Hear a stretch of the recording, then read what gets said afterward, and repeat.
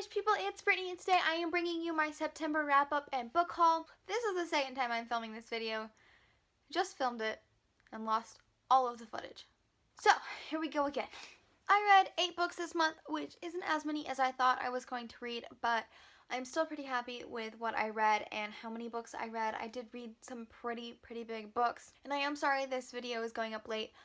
I went down to go see my parents this weekend, and had every intention of filming this video there, but that just didn't happen, so it's just gonna go up late. So I read in 3 different categories. I read 2 middle grade, 3 young adult, and 3 adult books. I also read in different formats of books. So I read 1 graphic novel, 3 audiobooks, 1 Kindle, and 3 physical books. So I'm pretty proud with the wide range of books that I read this month and the different categories and how I read them. My star breakdown is 1 3-star, 4 4-star, and 3 5-star books, and so I'm really happy. I mean, a 3 5-star book is a pretty great month. The first book I'm going to talk about is Heartless by Marissa Meyer. I gave this book 3 stars.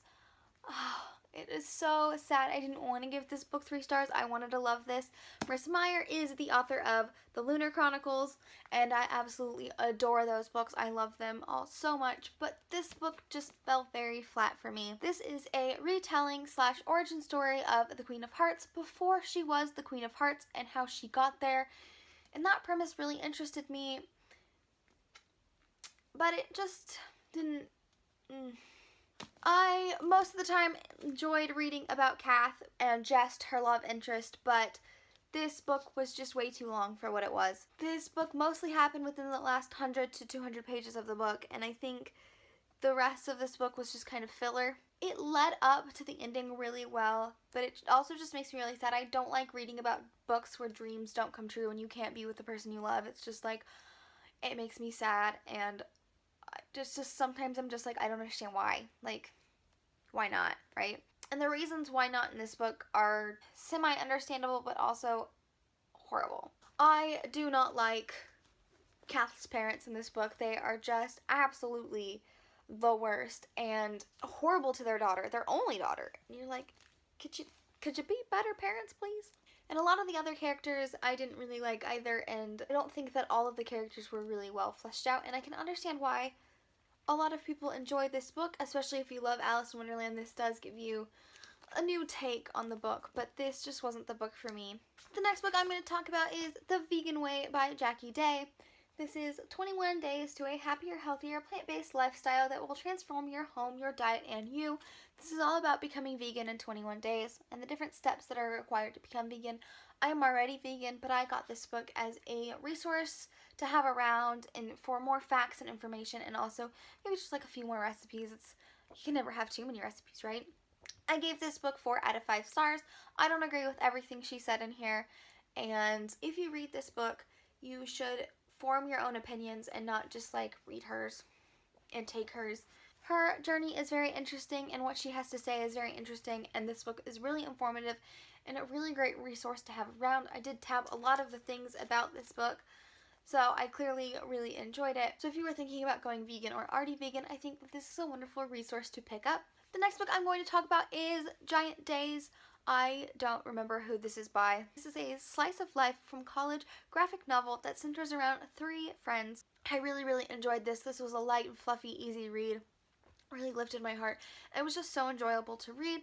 Volume 1 was just an introduction to the characters and kind of a, here's our characters, here's sort of what's going on in their lives. It didn't introduce a lot about the plot or a lot about the conflict or what is going to happen to the characters in the future volumes, but I'm really excited to pick up the next volumes. And if you're looking for an easy and fun graphic novel to pick up, I really believe that that one is a good one to pick up. The next book I read was The Girl Who Drank the Moon by Kelly Barnhill. I read this, 1, because the synopsis sounded awesome, and 2, because it was recommended by a couple of people as a very Hufflepuff book. And being a Hufflepuff myself, I really wanted to read some more Hufflepuff books and what other people thought Hufflepuff books were. I did not enjoy this book as much as I thought I was going to. I really thought, like, going in, I was just going to absolutely devour and love this book. But I think what really got me is that it wasn't exactly what the synopsis says. I thought this was going to be about Luna at 13 and continue on, But this is about Luna from when she is a baby to when she is 13. And I think that really threw me off a little bit. But if you don't know what this book is about, this is about a town separated from other towns by a forest. And it is very dangerous to go through this forest. The townspeople of this town believe that there is an evil witch that lives in the forest, and every year she demands a sacrifice of a baby. So the townspeople willingly give up one baby every year and place the baby in the forest. And this witch comes along, and she has no idea why these townspeople are leaving it. She doesn't require this sacrifice, but she does save these babies. And she takes them across the forest to the other free villages on the other side, and along the way she feeds them starlight, until one baby she accidentally feeds moonlight and the baby becomes enmagicked. Now this witch must keep the baby and teach her all of the ways of magic, but when Luna's magic becomes too much for Luna to handle, the witch must put a lock on her magic until she turns 13. This book reminded me a little bit of Stardust by Neil Gaiman in certain aspects, but not completely. They're two very separate stories. But at the end of both books, they have all these separate plot lines coming together and merging, and that very much adventure aspect reminded me a lot of Stardust. I loved the resolution of this book and the overall theme and the found family, and I did really enjoy this book, but it just didn't live up to what I thought it was going to be, and it didn't stick with me quite as much as I thought it would. It is still a really good book. I did still really enjoy all of the characters and their plot lines and this book as a whole, but it just didn't get 5 out of 5 stars for me. The next book I'm going to talk about is The Dream Thieves by Maggie Stiefvater. This is the second in the Raven Cycle Quartet. This book follows where the Raven Boys left off. We are still following Blue and the Raven Boys and their search for the Welsh King. But we learn a little bit more about Rowan and his ability to take things out of dreams. And at the beginning, we find out that Cabeswater has disappeared, and the boys are on the hunt to figure out why. I loved this book so much. I read it in 2 days. I read 70%, or I listened to 70% of this book in one day and then finished it the next day. It was just so good. And I'm really excited to read Blue Lily Lily Blue really soon. I gave this book 4.5 out of 5 stars. And it took me until this book to realize this is not a complete fantasy book. This is a contemporary book with paranormal aspects. And I think that now that I understand that and understand these characters more, I can really fully invest in this series. And I think that going and rereading them again will be necessary. There's just so much in these books. These books follow these characters in a more contemporary fashion, followed their relationships and their struggles along the way as they're going to search for this Welsh King, and it doesn't just completely follow this fantasy type premise. So I think that really sets it apart from other fantasy paranormal books. The next book I'm going to talk about is A Never Night by J. Kristoff. I gave this book 5 out of 5 stars. This was so fantastic. This did drag a little bit in places for me, but it did have something going on every single chapter that was really important to the plot or to the characters and their backstory and their motivations, and I loved that about this book. Every chapter had something for you to find out. I don't want to tell you too much because this book is so much better when you go in not knowing a lot about it, but this is about Mia, who is on the search for the Red Church, which is a school for assassins, and Mia wants to become a trained assassin to get revenge on the people who destroyed her family. I love Mia as a character. She is so phenomenal, and I just love her motivations and who she is and how she follows her own moral compass and how she goes on this journey to find out what she is and what her powers are and what that means. And I really am excited to read God's Grave next. The plot twist at the end of this book was just whoa.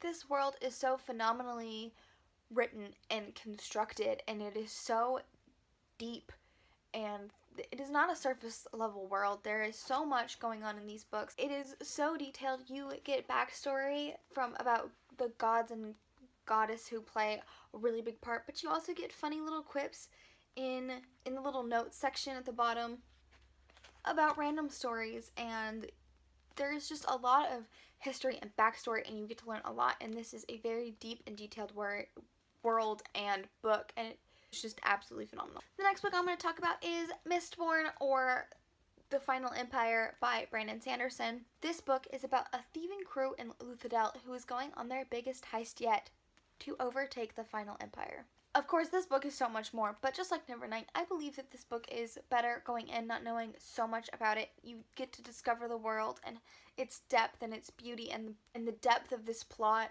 when you go into this book not knowing too much about it, and I think that it's a better read if you don't know too much. I tabbed the heck out of this book. I loved this book so much. It was a little slow in parts for me and took me like 2 weeks to read, which is not normal. It usually takes me about a week to read most books, but this one took me a little bit longer, but it was so worth it, and I love these characters so much. I am really excited to read Well of Ascension, the second book in this trilogy, and this book could be a standalone, but there are some really big unanswered questions that I think will keep you reading. I keep looking, there's so many tabs, oh my god. This book has it all, from a lot of humorous moments to a lot of big plot points to sad and angry moments to heartfelt or romantic. Honestly, just got it all. It's just such a wonderful book, and I think Brandon Sanderson does a really great job of weaving together stories. This one is very, very worth the read, and I think you should pick it up. The last book I'm going to talk about in my wrap-up is the first book I finished this month, and to think that I only read this book a month ago is crazy to me, because it is just such a big part of my life, and I was talking to my husband, and I was like, I can't believe I read this book only a month ago. You know, it just feels like it's been in my life for so much longer, and when I think about it, I feel like this book is now, like, intertwined with who I am. And he's like, yeah, honey, that's weird. I was like, thanks, I didn't need that confirmed. But I love this book, and it is an absolute new favorite of mine, and that is Nevermore, The Trials of Morgan Crow by Jessica Townsend. This book is like everything to me. I love this book so much. This book is about Morgan Crow, who is a cursed child, blamed for everything that goes wrong in Jackalfax, her little region of the world. On the day of Eventide, she is going to die.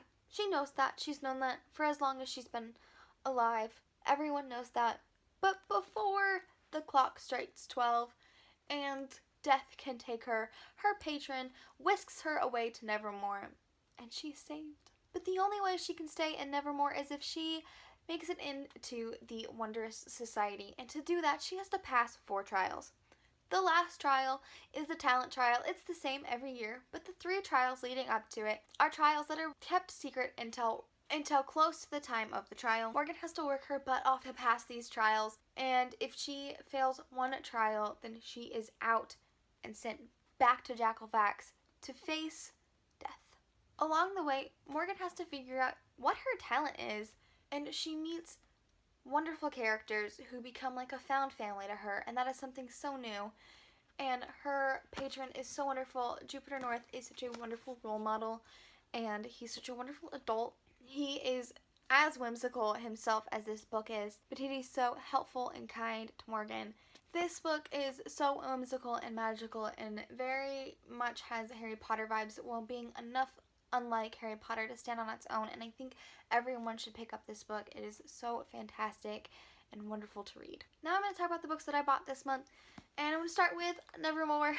I originally listened to this book on audio, and 2 hours in, I knew I was going to love this book, and then halfway in, I knew I had to have this book, so I went ahead and ordered it, and I pre-ordered the paperback edition and got it at the very end of September, and I cannot wait to reread this book. It's just one of those books that I'm going to reread many, many times. And I cannot wait till Wondersmith, the second book, comes out very soon. The next book I got is You Are Magical by Tess Whitehurst. This is a very spiritual, witchy book. I love Tess Whitehurst's witchy books. They are so informative and so wonderfully written. They're so good. I just know that this one's going to be good, and I'm very excited to read this one.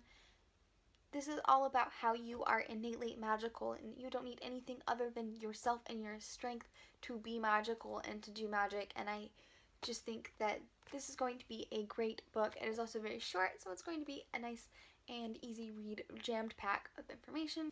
Another book I got is Howls Moving Castle by Diana Wayne Jones. I've seen the movie for Howls Moving Castle a couple of times. I absolutely love it, but I know that the book is different, and I cannot wait to see what kind of adventure Sophie and Howl will go on in this one, and just how different it is from the movie.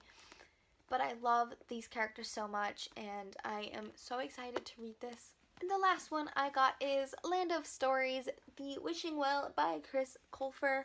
This is the first of, I think, 6 books. This is about 2 twins who get their grandmother's fairy tale book, but little do they know that the fairy tale land is actually real, and they go on some adventures or misadventures. I am very excited to see how the fairy tales are written and woven into these stories. This is a middle grade book, but one I am very much looking forward to reading. So there you have it. Those are all of the books that I read and picked up this month. I am so excited. This was such a great month for reading. Tell me what books you read down below, or if you read any of the same books I did, or what you thought about the books that I read. I would love to talk to you about them. Tell me which of the books that I picked up that you think I should read first. All my social media handles are down below in the description, and while you're there, don't forget to hit the subscribe button so you don't miss any of the bookish content that I put out. That is all for me today. I will see you guys next time. Bye!